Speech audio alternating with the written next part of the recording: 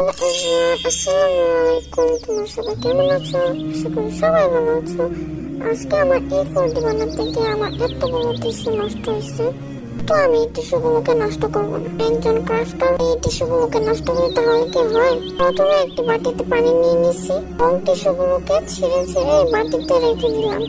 বাটিতে রেখে এগুলাকে কিছুক্ষণ ভিজিয়ে রাখবো। পানিগুলো ছেঁকে নিয়ে আলাদা করে রাখবো শুকনো টিস্যুগুলো, এবং একটা প্লেটে আমি নিয়ে নিব, যাতে আলাদা আলাদা ভাবে কালার মিক্সিং করতে পারি। প্রথমে আমি এখানে একটু ব্ল্যাক কালার আর একটু নেভি ব্লু কালার মিক্স করে রাখতেছি। প্রথমে ব্ল্যাক কালারটা মিক্স করে তারপর আমি নেভি ব্লু কালারটা দিছি একটু, তারপর একটু আঠা মিক্স করে দিছি। তোমরা চাইলে যে কোনো আঠাই দিতে পারো। এই রাউন্ড কার্ডবোর্ডটার মধ্যে আমি আরেকটু আঠা লাগাই দিচ্ছি, টিস্যুগুলো স্ট্রং ভাবে লাগে। এখানে একটি কাঁচের সাহায্যে আমি টিস্যুগুলোকে এখানে ডিটেলস করতেছিলাম, কিন্তু এগুলো হাতে করা সম্ভব নয়।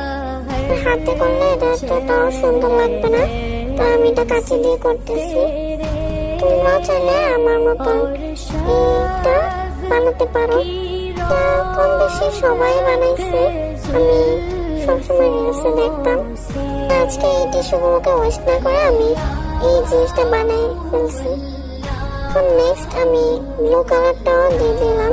প্রথমে আঠা দিতে ভুলে গেছিলাম, তারপর আবার উঠায় আমি আঠা দিছি, পরে আবার লাগাইতেছিলাম ব্লু কালারটা। এই জিনিসটার নাম কি আমি ঠিক বলতে পারছি না, কিন্তু তোমরা যদি জেনে থাকো অবশ্যই কমেন্টে বলে যাবো।